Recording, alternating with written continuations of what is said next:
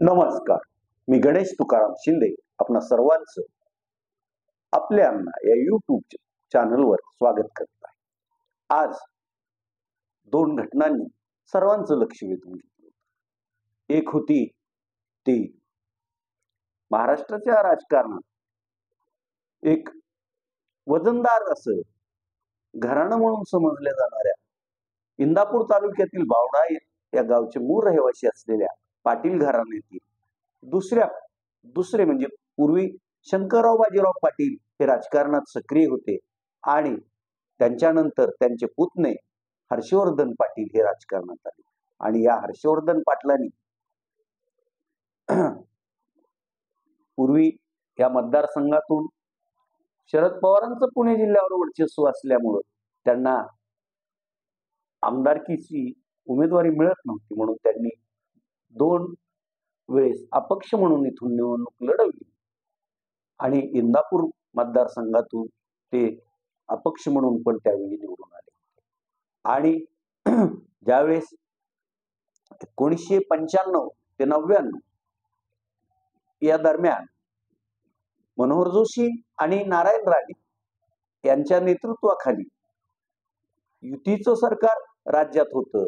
त्यावेळी त्यांनी अपक्ष आमदार असल्यामुळं युतीला पाठिंबा देत मंत्रिपद पण मिळवलं. पुढं नंतर त्यांनी परत काँग्रेसमध्ये प्रवेश केला. काँग्रेस पक्षानं त्यांना इंदापूर विधानसभेची उमेदवारी दिली आणि ते निवडून आले. आणि त्याच्यात परत त्यांना विलासराव देशमुख यांच्या मंत्रिमंडळात कॅबिनेट मंत्रीपद मिळालं. सहकार खात्याचे कॅबिनेट मंत्री म्हणून त्यांचं काम उल्लेखनीय असंच होतं. आणि ह्या हर्षवर्धन पाटील त्यांना सर्वजण इंदापूर परिसरात भाऊ म्हणतात. त्या हर्षवर्धन भाऊंचा पराभव गेल्या निवडणुकीत राष्ट्रवादी काँग्रेस पक्षाचे उमेदवार असलेल्या, त्याला कारणही तसं घडलं होतं की हर्षवर्धन भाऊंनी 2014च्या निवडणुकीनंतर भाजपमध्ये प्रवेश केला होता आणि 19ची निवडणूक ते इंदापूर विधानसभा मतदारसंघातून भाजपचे उमेदवार म्हणून लढत होते. आणि इथून काँग्रेस राष्ट्रवादी आघाडीचे उमेदवार म्हणून राष्ट्रवादी काँग्रेस पक्षाचे दत्तात्रय भरणे मामा हे उमेदवार होते. आणि दत्तात्रय भरणे मामांनी हर्षवर्धन भाऊंचा पराभव केला होता. आणि त्यावेळेस पासून हर्षवर्धन भाऊ जरा राजकीय कारकीर्द घसरली. मग भाजपनं त्यांचं पुनर्वसन करण्यासाठी अगदी राष्ट्रीय साखर संघाचं अध्यक्षपद पण दिलं, पण तरीही ते संतुष्ट नव्हते. मध्यंतरी त्यांची कन्या ही जिल्हा परिषदची इंदापूर तालुक्यातून सदस्य झाली आणि तिचं पुढं विवाह शिवसेना उद्धव बाळासाहेब ठाकरे पक्षाचे पक्षप्रमुख उद्धव बाळासाहेब ठाकरे यांच्या बंधूच्या मुलाशी झाला. हे सगळं घडत असतानाच यावेळी आता महायुतीचा एक घटक पक्ष हा राष्ट्रवादी अजित पवार पक्ष आहे आणि दत्तात्रय भरणे हेही राष्ट्रवादीच्या अजित पवार गटाचे आमदार असल्यामुळे त्यांनाच नैसर्गिक नियमानुसार जागा सुटली जाईल आणि आपणास भाजपकडून उमेदवारी मिळणार नाही हे लक्षात येताच हर्षवर्धन भाऊंनी राष्ट्रवादी काँग्रेस शरदचंद्र पवार पक्षाचे प्रमुख शरदचंद्र पवार राज्याचे या पक्षाचे अध्यक्ष जयंतराव पाटील, खासदार सुप्रिया सुळे यांच्याशी गाठीभेटी सुरू केल्या होत्या.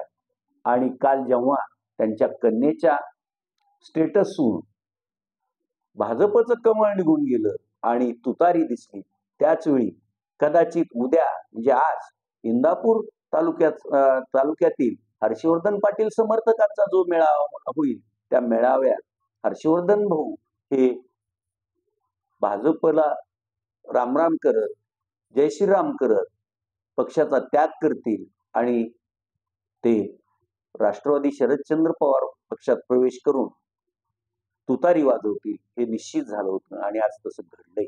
आजच्या मेळाव्यात सर्व कार्यकर्त्यांनी तुम्ही भाजपचा त्याग करा आणि शरदचंद्र पवार पक्षात उडी मारा असा त्यांना आग्रह केला आणि त्यांनी तो मान्य करत आज भाजपच्या सदस्यत्वाचा राजीनामा दिला आणि येत्या 2-4 दिवसात ते राष्ट्रवादी काँग्रेस शरदचंद्र पवार पक्षात प्रवेश करतील आणि कदाचित येत्या विधानसभा निवडणुकीत ते तुतारी या चिन्हावर इंदापूर विधानसभा मतदारसंघाची निवडणूक पण लढवतील.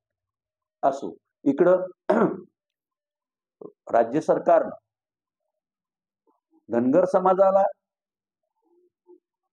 एसटी या प्रवर्गातून आरक्षण मिळवण्यासाठी एक समिती गठीत केली आहे आणि या समितीचा जो अहवाल येईल त्यानुसार पुढे निर्णय घेऊ असं धनगर समाजाला आश्वासन दिल्यामुळं इकडं मूळ आदिवासी जाम चिडले आहेत आणि त्यातच जवळपास 18 ते 20 आदिवासी आमदारांनी सरकार विरोधातच भूमिका घ्यायला सुरुवात केली आहे.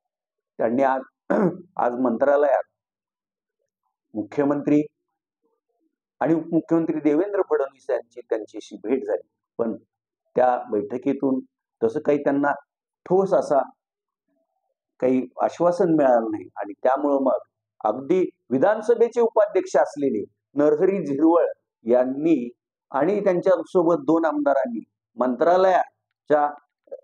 मंत्रालय चारी बाजूनी इमारत आहे आणि मध्ये मोकळं मैदान आहे, त्या मैदानात कुणी उडी मारून काही विपरीत करू नये यासाठी जाळी लावली आहे आणि नरहरी झिरवळ आणि त्यांच्यासोबत 2 आमदारांनी त्या जाळीवर उडी मारून आपला निषेध व्यक्त केला आहे.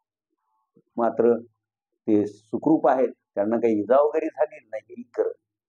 निवडणूक जशी जवळ येत आहे, कदाचित येत्या 13 किंवा 15 तारखेला महाराष्ट्र विधानसभेच्या निवडणुकीची तारीख निवडणूक आयोग जाहीर करेल असं वातावरण आहे. त्यामुळं राज्य मंत्रिमंडळ बैठका घेण्याचा आणि त्या बैठकात निर्णयाचा एक धडाकाच लावला आहे. या आठवड्यात आज दुसरी मंत्रिमंडळ बैठक पार पडली आणि या मंत्रिमंडळ बैठकीत 1-2 नव्हे तर 41 नवीन निर्णय घेण्यात आले आणि त्याची घोषणा आता संध्याकाळी मंत्रिमंडळाकडून केली जाईल. यात मग कुठले निर्णय असतील, काय असतील याकडे सर्वांचं लक्ष लागलेलं असेल. आज तुर्तास एवढंच. धन्यवाद.